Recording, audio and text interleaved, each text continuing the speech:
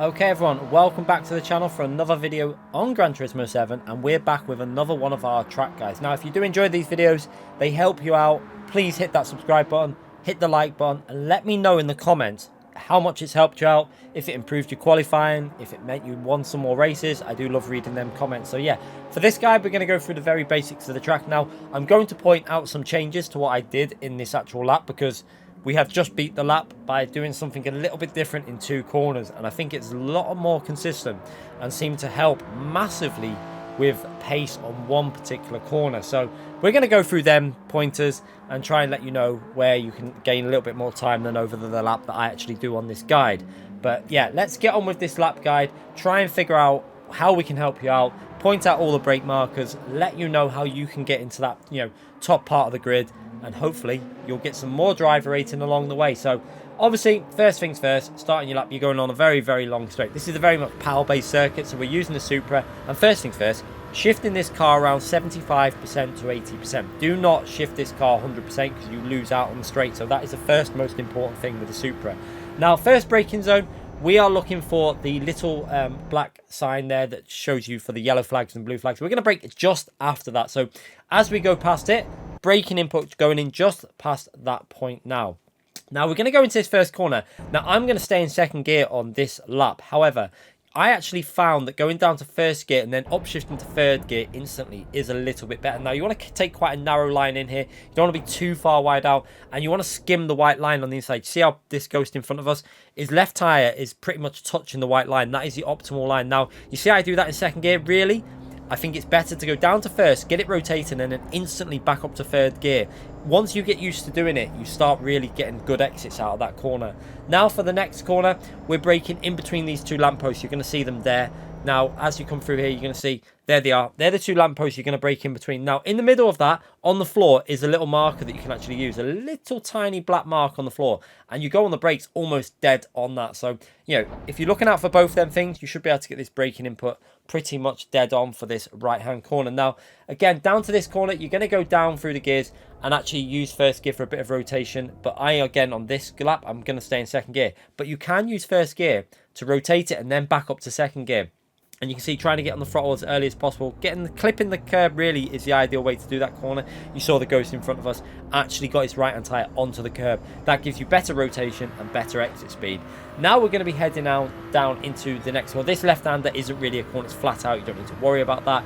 And into the next braking zone, we're looking for this little bit of black tarmac there. You can see on the left-hand side, we're braking just past that first bit of black tarmac. You can see onto the brakes there. And now we're going to be slowing the car down for this right-hand corner. Again, the line that you take here, I like to take quite a narrow line into this corner and get it slowed down so that I can square the car off and then get on the throttle early. So you'll see my approach to this corner a little bit more narrow than the top time there.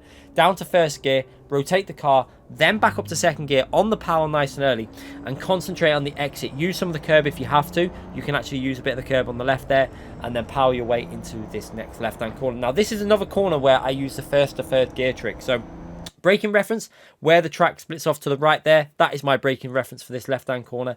And what you really want to do is get on the brakes here and go down to first gear towards the end of the corner. But you're going to see here, I stay in second gear. So this is where it differs again. So you're going to see I stay in second gear. Again, the line is right. You want to get your left-hand tyre onto the curb on the left-hand side. However, if you go down to first gear, it rotates the car.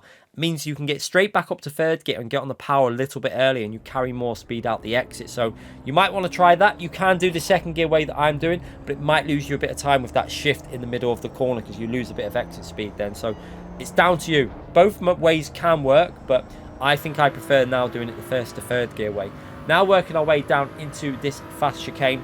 This again is where you really want to be concentrating on exit speed. It's so important on this chicane to carry speed out of the corner. So again, we're going to be looking for the board on the right side, the little black board that gives you the yellow and blue flags there. You can see that we're going to brake a little bit past that though. So when you go past it, you're going to get on the brake. So as we go past that board, we're now past it. On tap brakes, just past that white line across the track. You can use that as a reference as well. So just past the white line, onto the brakes. And again here, you're going to attack the first part of this chicane. You can really attack the chicane on the entry here. You can take quite a lot of track limit off. Look at this. You can really go over this yellow part. Don't worry too much about the track limits on this part of the corner. And you can actually attack it on this part. The part that you need to worry about is the final exit. Basically, the white line on the exit, your right-hand tyre has... Sorry, your left-hand tyre has to be... well within obviously the track limits. So you can see here now, left hand tyre can go onto the curb. So as you attack this part here, this bit again, you're not going to get too much of a track limit penalty from this, but this next part here, your left hand tyre can go over the curb, but your right hand tyre cannot go to the left of that white line. You need to keep it to the right of it. Even if you touch it, really, you risk picking up a penalty. But yeah, the right hand tyre to the right of that white line should stop you picking up penalties on that exit.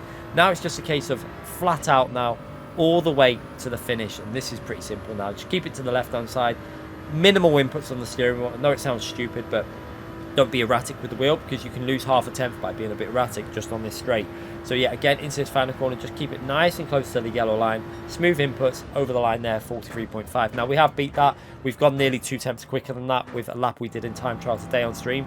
So yeah, make sure if you want to watch that, go to my previous stream and you can watch it right at the end of the stream there. We managed to do it just before we got disconnected from a lobby. But again, watching it from this view, see we're a little bit far away from the white line on the entry to that chicane, to the left-hander, and we didn't do that gear shift trick, which I think makes a difference. Also, this corner, down to first gear, then back up to second gear, actually rotates the car. See how I stayed in second gear there? And actually, this sector, I think, was quite a bit slower than the one we did on before, because I think we did a 28.080, so on this one it was like a 28.2, I think. So tenth and a half lost, I think, just on that first sector by the gear shifting. So yeah, make sure you try it out. You might not like it, but I definitely like this first gear rotation.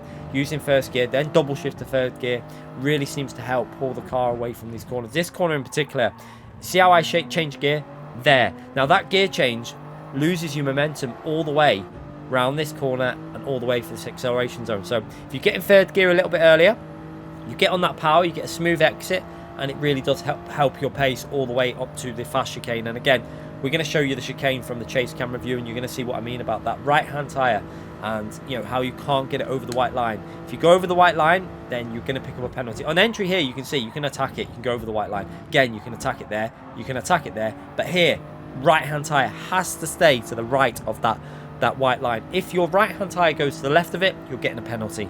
And that's how we can predict normally when we're going to get one in the race. Now, it is a little bit sensitive, because I think even if your right hand tyre runs along the white line, you can still pick up a penalty there, which is really stupid, because technically that shouldn't be a penalty, but that's the way it is. Try and keep your right hand tyres to the actual right of that white line and you should be good.